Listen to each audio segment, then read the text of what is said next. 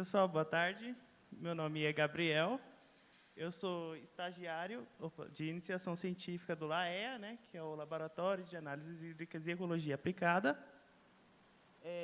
Dentro desse estágio de iniciação científica, eu sou vinculado ao PELD, né, que é o Programa de Pesquisa Ecológica de Longa Duração. O título do meu trabalho é a Análise da Diversidade Funcional de Microalgas do Pantanal, e eu sou orientado pela professora doutora Simone. Bom, o PELD, como eu acabei de falar, né, que é o Programa de Pesquisa Ecológica de Longa Duração, ele está aí presente desde a década de 90, e ele busca explicar, né, suprir essas lacunas sobre o funcionamento dos ecossistemas brasileiros, né? Ele tenta estudar e nos demonstrar quais são as dinâmicas ecológicas que a gente tem espalhada ao longo de todos os biomas brasileiros. Essas bolinhas que vocês estão vendo aqui são os sítios do PELD. Esses sítios, eles funcionam como várias unidades espalhadas ali pelos biomas, onde eles vão fazer o estudo de cada bioma onde eles estão inseridos. Atualmente, a gente conta com 40 sítios espalhados pelo Brasil. E o sítio que a gente está incluído é o DARP, né? Que, aqui, ó, eu coloquei a setinha para vocês poderem ver. E o DARP, gente, o DARP ele é um bebê, porque o DARP ele surgiu agora em 2017, né? Ele é bem recente, se a gente pegar, por exemplo, o PELD da Renata, que já é um ancião. Esse programa, né, ele é multidisciplinar, né, em vários lugares. Ele estuda vários tipos de organismos. O PELD DARP, o nosso, como a Carolina já falou, a gente atualmente estuda o fitoplâncton, mas tem PELD que estuda aves, que estuda anfíbio, que estuda peixes, etc. Bom, o objetivo do meu trabalho é analisar os fatores ambientais que influenciam na diversidade funcional das espécies e dos grupos funcionais fitoplânctônicos ao longo do gradiente espacial e temporal. Bom, as áreas de estudos. O meu trabalho foi desenvolvido, né, está sendo desenvolvido desde 2017, na verdade, né, é um programa de longa duração, ali na bacia do Rio Paraguai, que ele fica no município de Cáceres, né, na Estação Ecológica da Tayamã, que é uma área de conservação. Foram aproximadamente 9 pontos de coletas. Entre esses 9 pontos de coletas, tem rios, lagoas e campos alagáveis. E essas coletas que estão no ciclo do meu trabalho foram realizadas no ano de 2022. A outra área de estudo foi na bacia do Rio Cuiabá, onde a gente tem 6 pontos de coletas, que também estão ali distribuídos entre rios e lagoas. Só que a diferença aqui é que a gente consegue ver a variedade temporal, porque a gente teve coletas no mês de abril e no mês de agosto. O que isso quer dizer, né? A gente teve coletas em períodos de águas altas e períodos de águas baixas. Bom, e a metodologia e como é que é feito essas coletas? A gente tem as coletas qualitativas. Essas coletas qualitativas, elas são feitas a partir da passagem de uma rede de plâncton, com uma abertura bem pequenininha, de 25 micrômetros. A nível de curiosidade, para vocês terem uma noção, sabe esses filtros de café que a gente compra no mercado? Eles têm uma abertura de 20 a 30 micrômetros. Aqui, a gente tem uma abertura de 25. Então, ela é tão pequenininha quanto um filtro de café. Para vocês terem noção do que a gente precisa, né, para pegar esses organismos que são micro-organismos, né, que são minúsculos, então a gente precisa desse tipo de rede. E a gente faz essa passagem dessa rede, e no final dessa rede a gente tem um frasquinho, que é ali onde a gente vai pegar a nossa água coletada. Essa água ela vai ser fixada com solução de aluguel acético, e ela vai vir aqui para a gente aqui em Rondonópolis. O objetivo desse tipo de amostra, né, que é qualitativa, ela é para mostrar a riqueza daquele ponto de coleta. Nesse tipo de coleta aqui, a gente vai ver quem é que está ali. Não necessariamente quantos são, mas quem é. E o outro tipo de coleta é as quantitativas, que vão dar origem ali, né, às amostras quantitativas. Ela é bem simples, só na coleta, né, falando de forma de coleta, ela é simplesmente você pegar um frasco e passar ali na superfície do ambiente que você deseja coletar, fixar com o gol acético, pronto, acabou a coleta. Ela é bem simples de coletar. O difícil dessa amostra é quando ela chega aqui para a gente no laboratório. Que, para a gente poder analisar esse tipo de amostra, a gente, primeiramente, precisa fazer a sedimentação dessa amostra, e, para isso, a gente tem as câmeras de sedimentações, né, onde a gente vai pegar a água que a gente coletou, vai colocar nas câmeras de sedimentações, vai esperar essas alguinhas cair até para o final da câmara de sedimentação, onde a gente vai ter um aquáriozinho. Depois que a gente fez todo esse processo, a gente tampa e coloca no microscópio. O microscópio que a gente utiliza é um microscópio invertido, e ali a gente vai fazer a contagem de 30 campos aleatórios. E aqui, como a Renata falou, nesse tipo de amostra, a gente quer saber quem é e quantos é.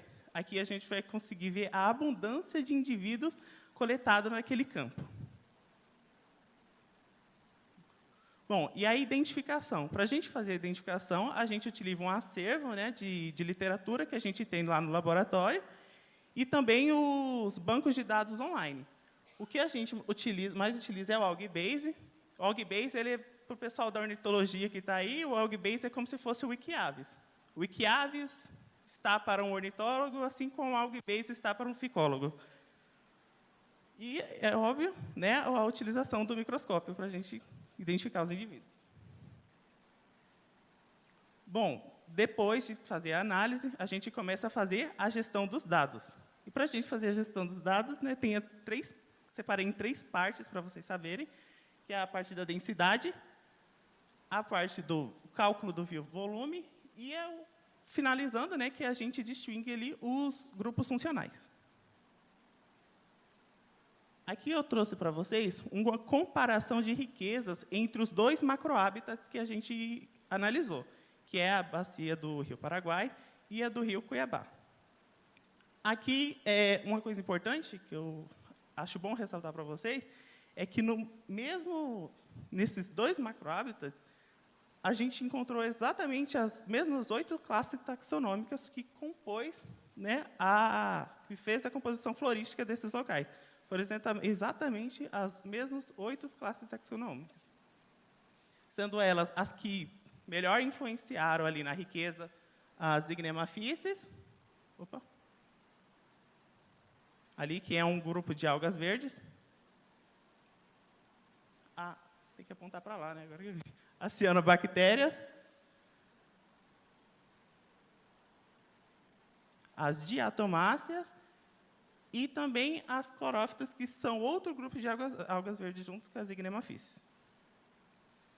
E aqui eu trouxe para vocês uma comparação da abundância, né, que é a quantidade de indivíduos por pontos, da bacia do Rio Cuiabá. Como eu falei, a gente tem uma variação temporal desse local, ou seja, a gente consegue ver a variação nos períodos de águas baixas e no período de águas altas. Aqui a gente teve esse ponto aqui, o P1, que ele é um rio, que a gente teve a maior abundância de espécies. E as espécies que foram as principais influenciadoras dessa abundância foram os limnococos e as rabidodermas.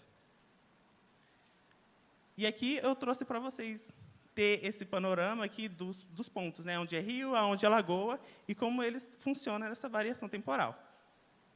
Aqui a gente tem que as lagoas, geralmente vão ser mais abundantes em período de águas baixas, porque foi como a Renata falou, quando a gente tem a cheia, a gente tem a homogeneização, e quando a gente tem o período de águas baixas, essas espécies todas elas vão se concentrar em um lugar só. Então, é por isso que a gente vai ter as lagoas apresentando ali a maior abundância, em períodos de águas baixas.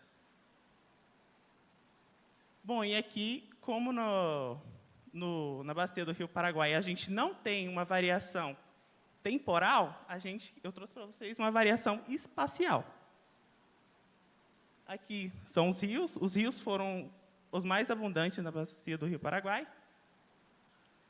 Ali os campos inundáveis e as lagoas, elas apresentaram a mesma abundância, variando pouca coisa um do outro, e as cianobactérias foram as responsáveis por apresentar a maior abundância ali dos rios. Em contrapartida, a gente teve as clorófitas tendo a maior abundância nos lagos e nos campos. E a última etapa do trabalho, né, que é depois da gente fazer a densidade, o biovolume, a gente chega nos grupos funcionais. Os grupos funcionais, eles vão tentar entender como as variáveis ambientais eles vão influenciar no padrão de distribuição dessas algas.